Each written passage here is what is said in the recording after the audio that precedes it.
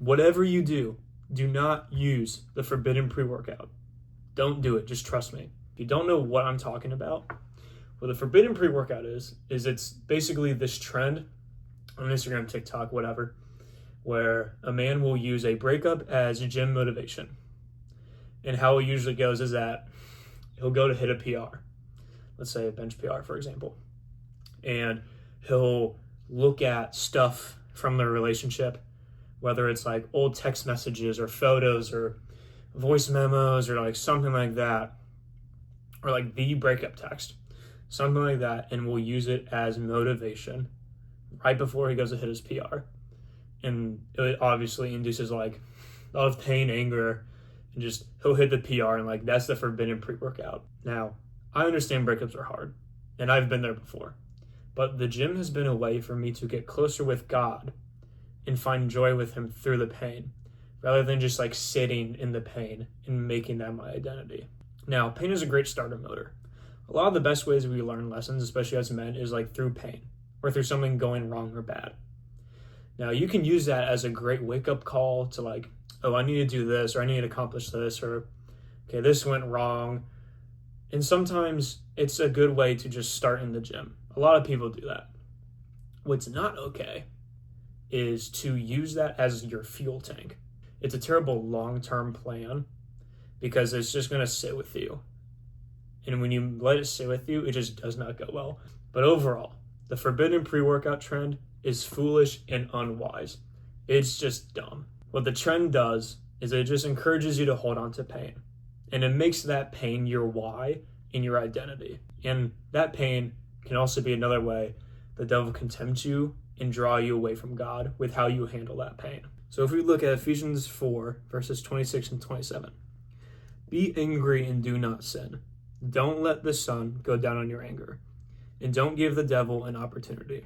What I think this is basically saying is that don't let your anger sit and dwell. Emotions are normal. And that's kind of how God designed us, is to have emotions like this. Anger itself is not a sin. I'm just going to put it right there. Emotions are not a sin.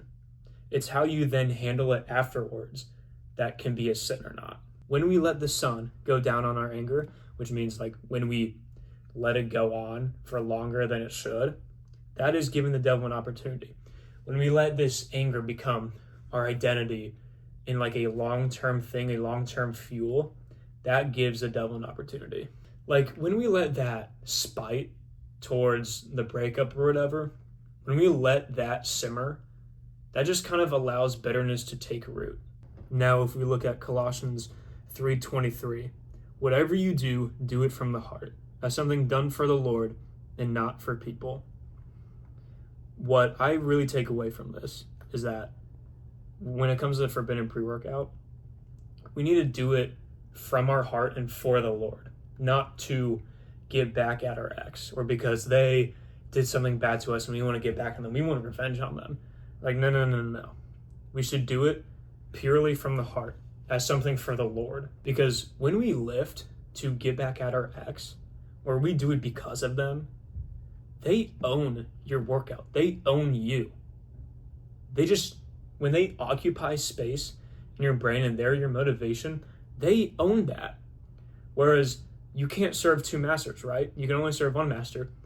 Are you basically serving your ex by doing it for them to get back at them? We're going to do it for the Lord. Obviously, serving the Lord is much, much better. Like, our reason for lifting and going to the gym and bettering ourselves should be for God's glory and our own stewardship rather than someone that broke up with us. Because doing it for God is really what frees you of that pain. And finally, Proverbs 14, verse 30. A tranquil heart is life to the body, but jealousy is rottenness to the bones. A peaceful heart through God breathes life to your body, whereas jealousy will rot your bones. And that is a very heavy metaphor. And a heart fueled by peace is much more sustainable and way better in the long run when it's fueled by jealousy. Like, when you're fueled by jealousy, it just kind of slowly eats at you. Your bones rot and it just slowly eats at you. And it's just like you're getting negative marginal return.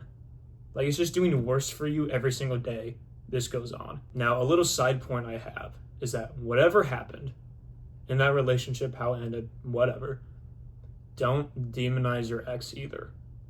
And I know that can be really hard, depending on what happened, to forgive them and not demonize them. But just understand that no matter what happened, no matter what they did to you, they are still a child of God, and God still loves them. So we also need to be like God and like Jesus and still love them in that way, where we forgive them and can finally move on. We need to stop gripping the rose with thorns so hard and just like learn to let go. And God can help so much with that. He's helped me so much with that. I've gone through before. God can get you through so much that you don't even know.